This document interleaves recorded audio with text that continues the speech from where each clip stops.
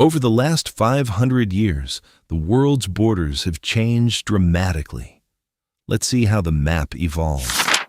Around 1500, powerful kingdoms and empires controlled much of the known world.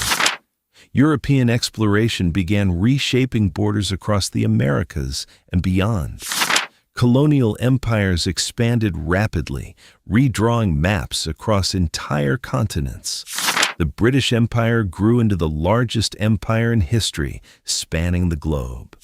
The Napoleonic Wars transformed Europe and changed many national borders. During the 19th century, European powers divided much of Africa among themselves. After World War I, major empires collapsed and new countries appeared. World War II brought another wave of dramatic border changes across Europe and Asia. As colonies gained independence, dozens of new nations emerged around the world. In 1991, the Soviet Union dissolved, creating multiple independent countries.